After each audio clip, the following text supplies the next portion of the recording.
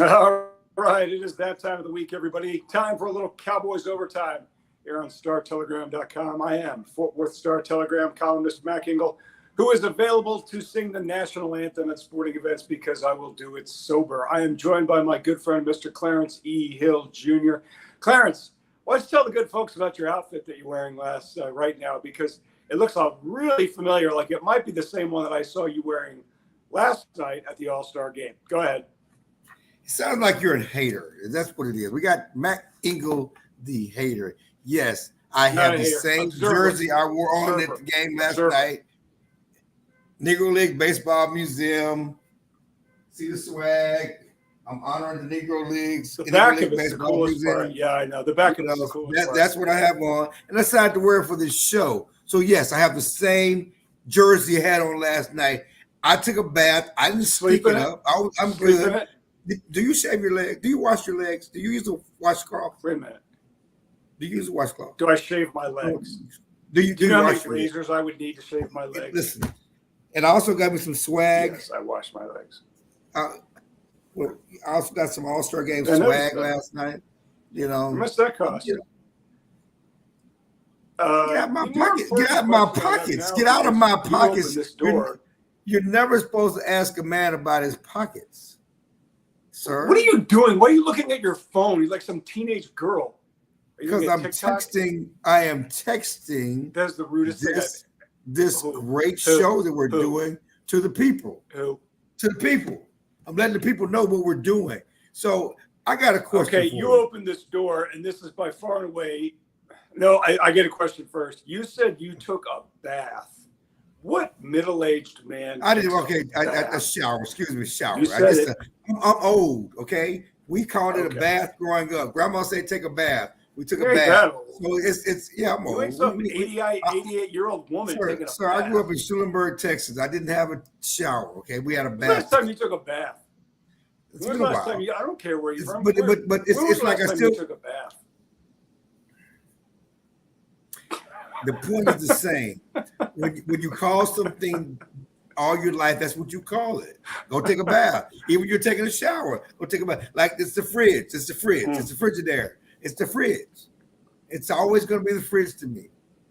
Okay, here's the question for you: Do you eat dinner, or do you eat dinner, or do you eat supper? Supper. I'm from Texas. It's supper. Supper. It's a supper time. See, there was a guy I met from Texas, and he told me supper was different. But I was told supper is different than dinner. No, supper is dinner. It's all, it's supper. We call it supper. It's supper time. That's what we do. I mean, but it's, when you grow up with that, that's part of your lexicon. Do you drink soda? Hang on, last one. A pop? Last soda or pop? You know what? I drink Coke. What kind of Coke do you want? Hey, you want a Coke? What flavor do you want? Oh, I want a red Coke. It's all Coke. When I grew up, it was all Coke. That's right. Everything was a Coke. What kind of Coke do you want? Okay. That was the school I came from. Yep. What kind of Coke do you want? Anybody who drinks Pepsi other than Jerry Jones? Do you know Pepsi. Anybody who drinks Pepsi? I knew one guy in college. So do I. I don't know how it's open. Never been a pet, but apparently they make good money. Connection here. I'm going to blame you. Yeah, your connection is awful. You're kidding. Okay, I want to thank our good friends at. No, it's fine. I've got 5 bars. I'm like 10G. And a big chin. No, we will do that later. I will do my national anthem rehearsal and pitch for the Super Bowl here in a minute. Thank you, Window Nation, for sponsoring this episode of Cowboys Overtime. Clarence, last night was the 2024 Major League Baseball All-Star Game, something that we've been looking forward to for several years here in Arlington. Would you call it a success? Yes or no?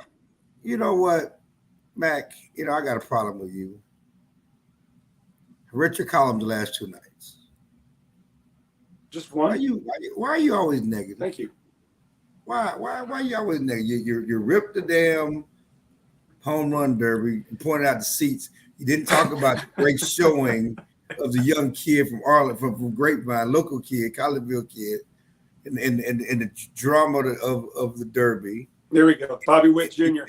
And you ripped the All-Star Game and they had festivities and there was a board. And I would say this. I had a great time this weekend. Starting with the HBCU Swingman Classic and all the I didn't get invited. I didn't get in. How many people got invited to the HBCU Swingman Classic? I think it was open to the public. Des Bryant Suite. I mean, it was the Des Bryant Suite was open to the public. Yeah, Major League Baseball sent out a list of celebrities that were in town and where they were sitting in the game. And so, as a good reporter, I just went and knocked on the door. I didn't get an invitation. I needed an invitation. I just went and knocked on the door. I didn't get that email. Oh, well, I didn't get that email. That was not your job. It was my job to find out where they were sitting and where they were located for the home run hitting contest and the All-Star Game. That was my job to run down celebrities and find out where they were sitting. And so they sent me the email. But the bottom line is this: beyond that, I had a great time this weekend. I thought it was a lot of fun. A lot of things a lot of people were in town. I saw you at the you got pictures. Was it Saturday morning? You went to the village. You talked to some old Negro League players. You talked to a lot of people. A lot of things that are happening in town associated with the event. I talked to, before the game, I talked to the Dodgers, not the Dodgers, but the Mets first baseman. And he talked about the great time he had. Alonso? Yeah, Pete Alonso. Excuse me, my mind was going blank. I got a little dementia sometimes. Pete Alonso. But everybody I talked to associated who was in town, sometimes I forget things. But everybody.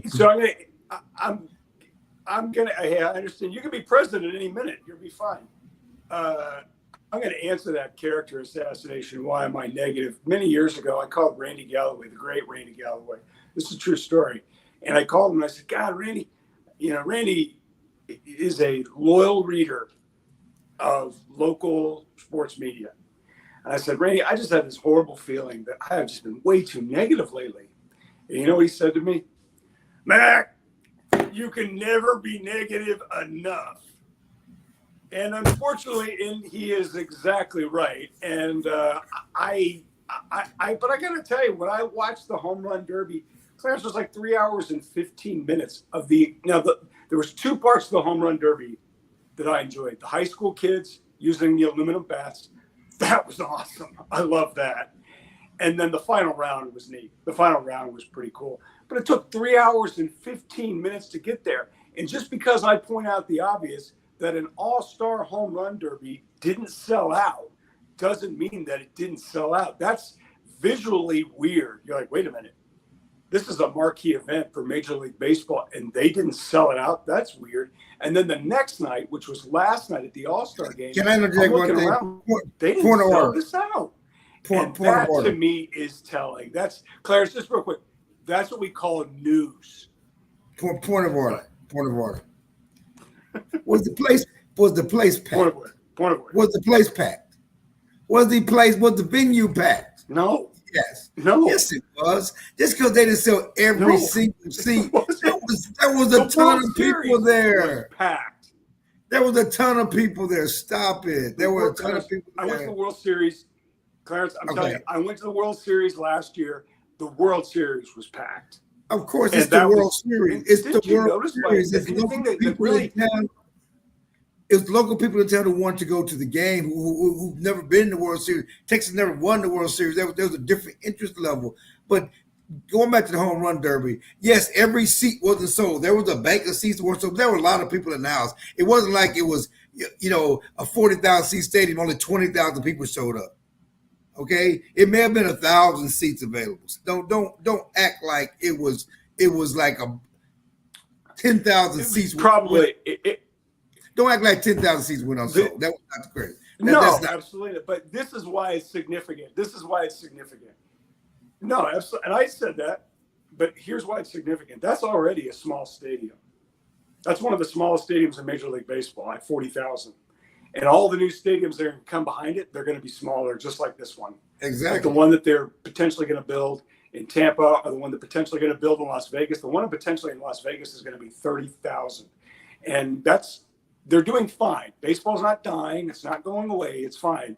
But to me, that does say what the market is telling baseball about it, which is we live in one of the largest metro areas in the United States.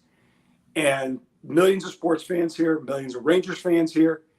And they didn't get 40,000 people in that enormous pie to come watch the game. That to me is telling, and it doesn't mean it means it. And it to me, like last night was a good game. Last night was great. That was a good baseball game. And it was short. And it was short. Hit a 3-run home run. American League. It was 2.5 hours. Like that was a good game, and fans were leaving early. And the reality of it is, it's just an all-star game problem. I talked to one of the players after the game, one of the Angels players, one of the pitchers, and he unintentionally acknowledged, like, yeah, it was a good game, but it's an all-star game. Guys aren't going to necessarily bust their tail down the first baseline because they don't want to get hurt, and fans know that. We have to give fans a little bit, and the fan, who cares what I say? Who cares what you say? Who cares what the media says about it? What do the fans say? And that's what the fans are saying about it. And to me, I thought the All-Star game, the weekend, to me, selfishly, talking to the Negro Leagues players is one of the coolest things I've ever had a chance to do in the job. And that was great. I thought it was a good event. But with the fans' reaction is telling you what you need to know. And that's where it is. And I don't know if there's anything baseball can do about that. Well, two things I want to address. Are you bored? Two things I want to address. Number one, it's still the best All-Star game. It's still the best All-Star game. You're talking about the NBA All-Star game, but they don't try it all. Yep. You got the NFL All-Star game, which is just a flag football contest, which is the best players that even play because I'm in the Super Bowl. It's still the best All-Star game. And so we have to put all that in context. Number two, I understand the undersized stadiums that are the norm now. Unlike football, which has 8 home games, they got 81. And you're not going to get 60,000 people coming out. Yep. And so it's smart for baseball to because I went to a game. I was in Tampa a couple of weeks ago for my fraternity convention. I went to Tampa Bay game. That place was empty. It was more people at the HBCU Swingman Classic than at the Tampa Bay game, the Rays game. Okay, that place was empty. Wow. Okay, empty. Wow. Okay. You hear me? That place was empty. But it's a bad. That might be. That's a horrible stadium. That stadium is horrible. But again, 81 games, 40,000 fans. That's what you want. You want it to be in a box like that where it is a good atmosphere every night. You don't want these oversized stadiums anymore for baseball. I think that's right. I think that the Rangers are hitting it on the mark with the smaller stadiums. And again, we can argue all day whether there should have been more people was a sign of baseball. They don't care about the game. They don't care about the All-Star game. I think the All-Star game was a great hit in Arlington this weekend. I think I had a good time. Most people I talked to had a good time. The players loved being in Arlington. Live by Lowe's. Lowe's, the new hotel over there was awesome, amazing. New convention center over there. We showcased some things in DFW. It was a great time. I rode the Mechanical Bull Sunday night. Didn't stay up there, but I rode it down at the stockyards. How'd you do? Didn't stay up there. How'd you do? It was my pants. I had pants. I had seersucker pants on, so they didn't really. They couldn't really grip the horse. Right, it was the pants. Yeah. It was the pants. Yeah. It was the pants. I just wanted to say it was all about the pants. So if not for the pants, I'd stayed up there. Issue. It was bad equipment. Yes. Yeah, you'd still be on it. Yeah, you'd still be on today. I'd be still on today. I'd be riding for 3 days. Before we take our break, I know. 3 days. Still be like, and you'd probably still be in that same shirt. The Rangers, the defending World Series champion Texas Rangers, right now are 46-50, 5 games out of first place in the American League West, behind both Houston and Seattle. They are 7.5 games behind the wild card. We're gonna have to call our shot today. Do they make the playoffs here in 2024? I think they're getting better. I think they're going to get on a roll here. I think the end of the certainly the first half strong. That's a yes or no question. But there's no such thing as a yes or no question with either one of us. Stop it. Okay? They're going to get on the roll. They're going to close fast, and they're going to make the playoffs. They're defending World Series champions. Never underestimate the heart of a champion. Never underestimate the heart of a champion.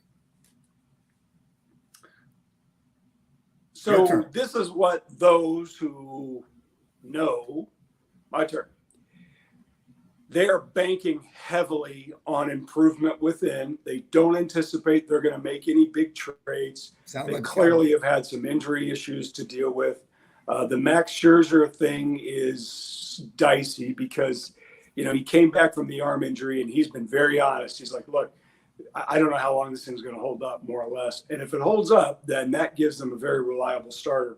Jacob deGrom is supposed to come back here in the second half, we think. And if he comes back even at half speed, that's a big add. I don't think they're going to get in because I think too many good teams are in front of them. I think the Rangers will finish with a winning record, but I think I bet on Seattle last year, and the Seattle team that I thought that would be good has arrived this year.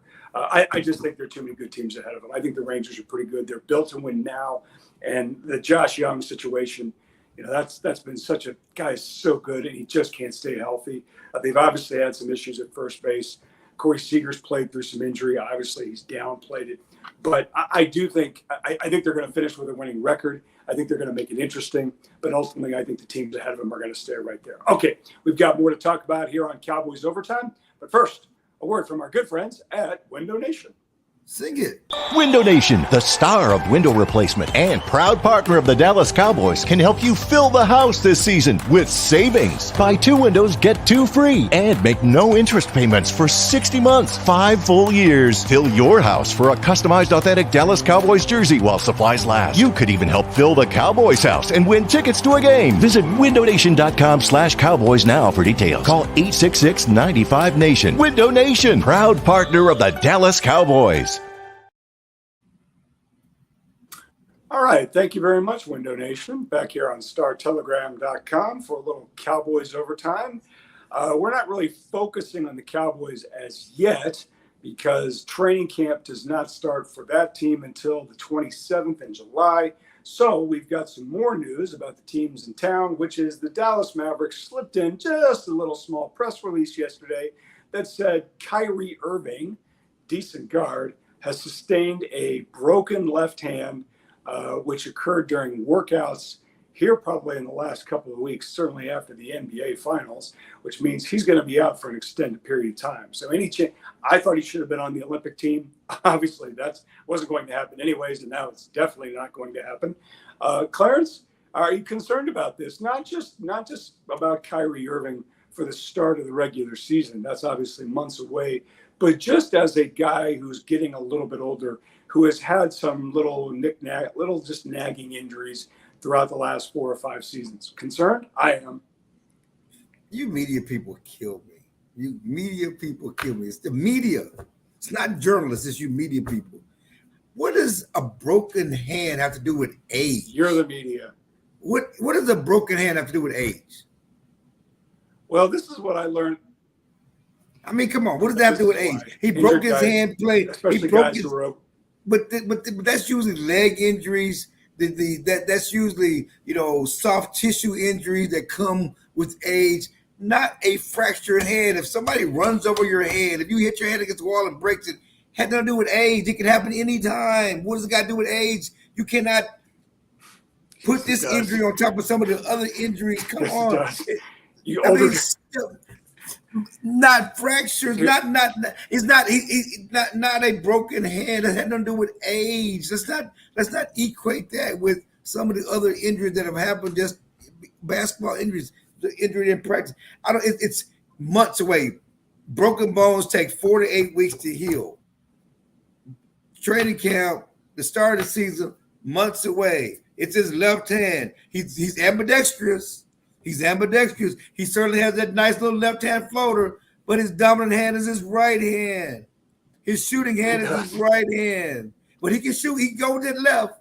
It's not that big of a deal. This is worse.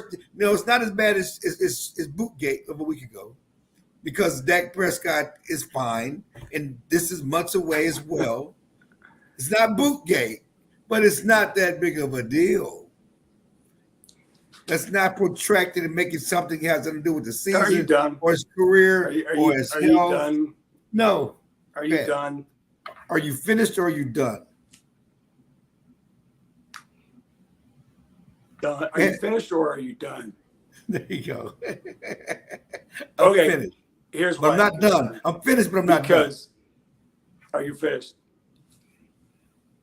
You and I'm going to use it now. I'm going to use an example of a guy that you and I covered many, many moons ago with the Dallas Cowboys, and that was Julius Jones. Remember Julius Jones, the running back? Julius Jones couldn't stay healthy the first couple of seasons in his NFL career with Bill Parcells. And Bill was frustrated because he knew what you were saying about, look, they were freak accidents, but they happened. And what happened, what I have found, especially guys in all the sports, when you cross 30, and I remember major league players telling me this, when you cross 30, something just changes and just things start popping up. Yeah, you may not be injury prone and it's just different. You get older. And my concern about Kyrie from day one, as it relates to this issue, is that he hits the deck a lot. Those guys who are creative finishers like he is, so does Luka Doncic. Those guys who fall down and hit the wood a lot, the wood's going to win. And it just adds up. Things add up. And I totally agree with you. A broken hand is not the same as a tissue tear. They're totally different animals. But what's the same is that it's more mileage, it's more injury, it's more stuff, it's more rehab on the same body. And I think the one element to the Mavericks' ascension and their idea of staying as a top contender in the NBA, not just in the West, but in the NBA, is can two of their best players, Kyrie and now Klay Thompson, and Klay played 78, 77 games last season. This whole idea that Klay's done, I'm like, wait, I don't know about that. But you don't know. I mean, you're over 30. Those guys have been playing in the NBA. He's been playing in the NBA since he was 19 years old. And I know everybody said, well, LeBron's a freak. LeBron is the outlier of the outlier. And that's a lot of minutes. It's a lot of games played. It's a lot of just, activity, and stuff happens. And it usually happens on guys, injuries like this, on guys who are over 30. And it doesn't make him injury prone, but I am concerned with this idea that they're relying on two guys now, not just to be, I think they'll be good. The question I have is, can they maintain good health? And it's good timing. If there is such a thing for the Mavericks that he sustained this injury now, he'll be fine by the start of the regular season. But we're looking at 82 games, of which he'll, best case, he plays 74, right? And then they get into the playoffs and hopefully go on an extended run. So I would say my concern about this injury is minimal. My concern about the overall arc for Kyrie and his health is pretty mid. That's pretty. I'm in the mid. I'm in the 50 to 75% range about him. Not for any reason, just because he's 32. He's going to be 33, and stuff happens. And it's happened to you. It's happened to me. It happens to everybody as you get older. Little things happen, and now and we're not pro athletes, but we're also human beings, and that's life. Did you just tear a labrum? What did you do? What you do? What you reach for your pocket? You tore a labrum. Oh, I tore my. No, I tore my right bicep playing basketball. A kid hit me in the forearm and it snapped. It sucks, but I'm 50. Who cares? But you're 50. He's 32. He's 32. He's 32. Yeah. He will not miss any games. I'm not insulting. He will not miss any games this season with that left hand injury. He will not miss any games this season with that left hand. Okay. Book it. That's he will not miss any game because I'm glad you put that stipulation on there. Well, we're talking about the left hand because that's what we're talking about. Okay, last subject, and this one's very near. I don't care. It's still his hand. He plays basketball. You need your left hand to play. You don't need your left hand to shoot, but you need this idea. Well, it's his left hand. No, he's a point guard who's a spectacular dribbler. He needs his left hand. He does. This idea. Well, it's only his left hand. Well, no, that's a big deal. It's a basketball player. He will not miss any game. All right, let's move on. Okay, great. He's going to miss games. SEC Media Days are this week in Dallas for the first time ever.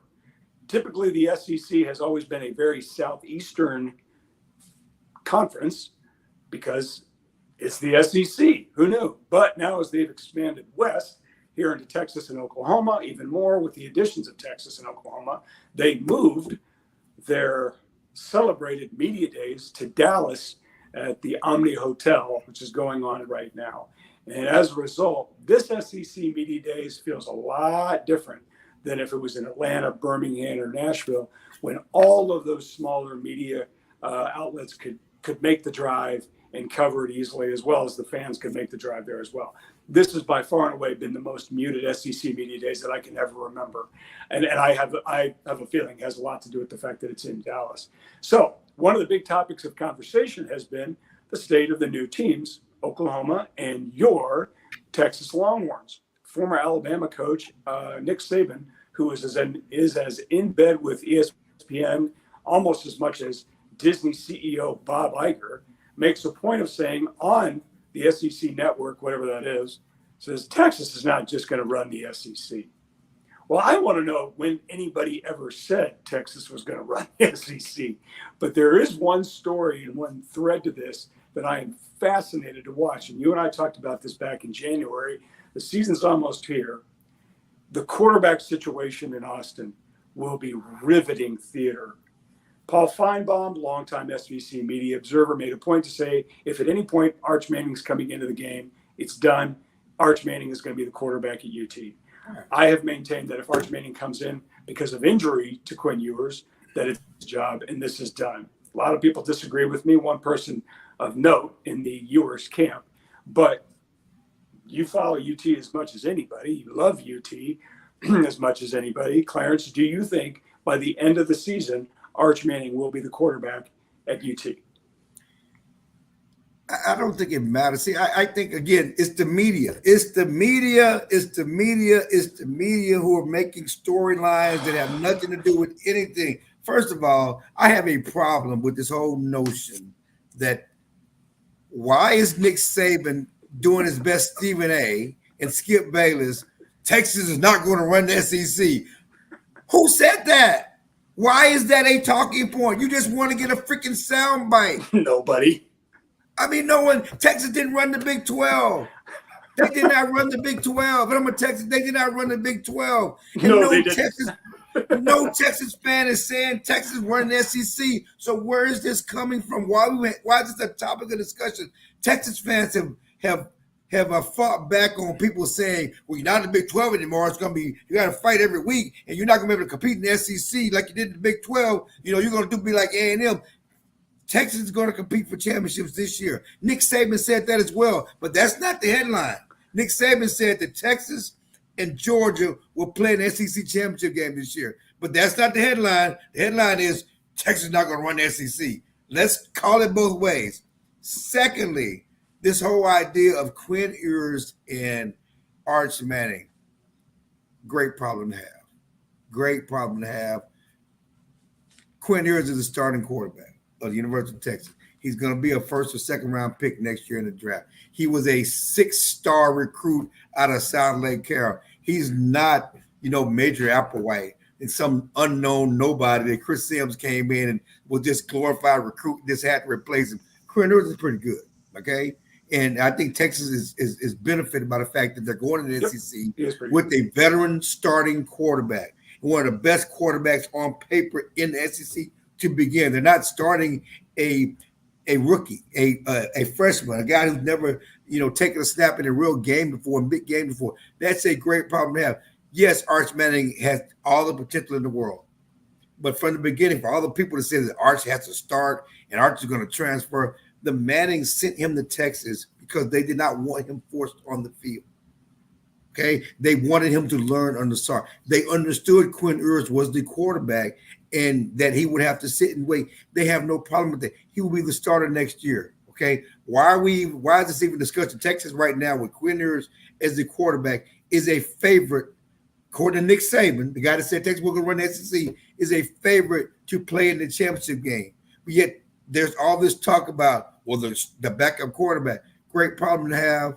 I saw him in the spring game. He has a lot of potential, loads of potential. There's a chance he plays this year for sure because Quinters has had a problem, even though he's a young guy, unlike Kyrie, with staying healthy. Wake up, Trump. Wake up.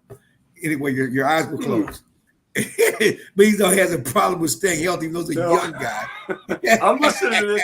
No, I'm listening Okay, to you. I'm enjoying listening to you contradict yourself again. I'm not That's contradicting really myself. I'm just saying that it's not a big deal. Yes, and you are. If you're going to Yes, be the you are. starter in the season, why do we need to talk about that? The fact is, at the end of the season, is Texas going to be playing for the championship game? Are they going to be playing for the SEC championship game? That's what's most important. That's all that matters. Well, I'll tell you what, Nick Saban, the reason why Nick Saban made that comment about Texas running the SEC is because, Texas just went to the playoff. Alabama just lost its head coach and is replaced with a guy that was a hell of a coach, but we don't know what he's going to do at Alabama. And typically these things kind of go up and down. We've seen that historically. And I think the idea that Texas is going to run the SEC came from a fleet of Lamborghinis sitting outside the athletic department waiting to impress young recruits. That's and recruiting. The idea that Texas's money, the idea that Texas's money is so great, it's going to blow everybody else in the SEC away. And if you look at Texas's money, you can make a hard argument like, yeah, they can buy a lot of players, and there's so can Georgia, so can Alabama, so can Oklahoma. The part they ain't got money like UT. That's not UT's true. on a different Georgia got UT money. is like Tennessee Harvard, got Yale, money. Stanford, Notre Dame. No, Tennessee got money. Georgia got money. Alabama got money. Auburn got money. Ole Miss got money. They've been paying money under the table in the SEC for years. Stop this. A&M got money. A&M has money. No, and the swag copter. They all got money. UT's got great. Stop it. They all got money, but UT's got live golf money, and that's where some of this is coming from. Oregon got money. Everybody got money. Scoffed at, and it's why I wrote it several years. Hang on, and it's why I wrote it several years ago when the SEC announced the invitations to Texas and Oklahoma. What happened in Nebraska, that's getting ready to happen to Oklahoma. Nebraska going to the Big Ten, that program has become so irrelevant.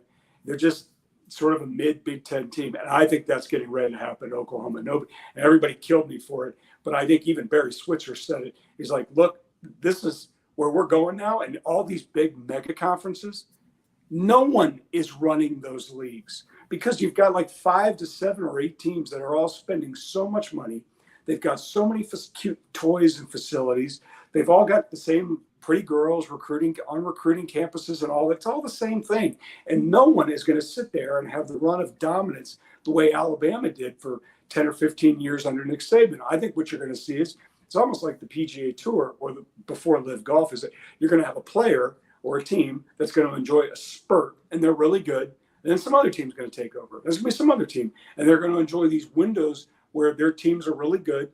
And then it's going to be somebody else's turn. The idea that UT is going to walk in and run that league is ridiculous. And the idea that Alabama is going to maintain that level of dominance, or Georgia, they're all going to swap out. It's not. That's what it's going to be. And the idea that and we talked about this, it's a great talker. We're not talking. If Arch Manning's last name is Smith, we're not having this discussion. We're talking about a quarterback whose family is the quarterback family in football ever, and he's at UT and he's on the bench. I think, and if you look at the new EA Sports NCAA college football game, look at his player rating. I mean, these are all amazing threads and narratives to sit there and sink your teeth into. And I know that because I just watched you rant on both for like 5 minutes straight. And because I think it's crazy. It's great theater. It's going to be a hell of a lot of fun to watch. It has nothing to do with football. If his name was Arch Smith, football. We would not this wouldn't even be a point of discussion. For you, not on the team, for the media. Yes, point of discussion for the media. It's like the people, this whole thing is like, I've been covering the Cowboys since 97, and there were people that would swear to you and would lie to me and tell me every year the Cowboys say it's their year. No, they don't. Every year, you guys pick the Cowboys to go to the Super Bowl. I've never picked the Cowboys to go to the Super Bowl. It's a narrative No, we don't. That's true. of everybody's imagination that the Cowboys say, yes, year's our year. That's not true. That's not true. That idea that this whole true. stuff You're right. is media driven. It's narrative driven. That doesn't make it legitimate, though. They hired Arch Manning, big name. He's sitting on the bench. They knew that when they signed up. It's the media that's making the issue, not the Mannings. They knew that when they signed up. They understood that. They accepted that. Yeah, but I mean, But what? But what? No, they're fine. If Arch Manning, look, of course they're fine. But if Arch Manning knocks on your door and says, I think I want to go to your school, you're like, great, fine. You don't worry about all the other stuff. You're taking the talent. So this whole idea of, it's all the other stuff, that's part of big time college sports, part of big time sports. So you want all the attention, all the free publicity and marketing and advertising that comes with it. Well, here's the check. You have to deal with this. So you're going to have to deal with the noise. They dealt with this. This is not new. This is not new ground, though. The idea that they're dealing with attention is not new ground. It's not a big deal. It's still media driven. But it's new ground. Yeah, most things are, especially when it comes to sports. I do want to vouch for Clarence on this one. People who sit there and say, "You're not hard on the Cowboys. You don't kill Jerry Jones." Everybody in this town kills Jerry Jones. You do. I do. Everybody does. And one of my favorite Clarence predictions was, because I was convinced he was wrong. You and I were covering the team in 2007, the first season under Wade Phillips. The Cowboys were rolling into the playoffs as the prohibitive favorite to go to the Super Bowl out of the NFC. So they get the bye week, and now they're going to draw the Giants in the conference in the divisional round game. And you picked the Giants. You thought the Giants were going to win. I'm like, you're crazy. The Cowboys are going to win. Giants went out and won it. And that has probably been the biggest killer loss to the Cowboys since certainly I've been here. It was big. Let me say one thing. It was bigger than Green Bay. It was bigger, and people won't accept that now because Green Bay was such unconscionable. But that loss to the Giants when they had the best record in NFC. This past Green Bay, this past year's Green Bay. Yeah. Okay. This past year's Green Bay. I was like, there's three of them. No, but I'm talking about this year. I'm talking about this losses that you and I have been around. Certainly this century.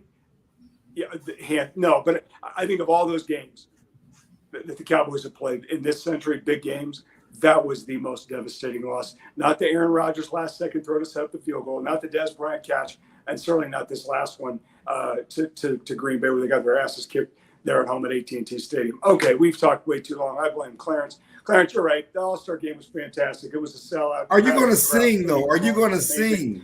Bobby Witt Jr. should have won it. Well, I'm not. Are you going to sing? So that does make me a qualified candidate. What do you want me to sing? When those days, don't sing the national anthem. Sing the national anthem. Let me get a bar. I can't. You don't know it. You don't know it. You put me on the spot. You don't know it. I really should. You don't want to do that to anybody. The national anthem, I'm basically like Leslie Nielsen from The Naked Gun when he did Enrico Palazzo. That would be my version. Okay, I'm going on vacation. I'm sick of this. Y'all are beautiful. Thank you very much, Winter Nation. Thanks, Clarence. See y'all later.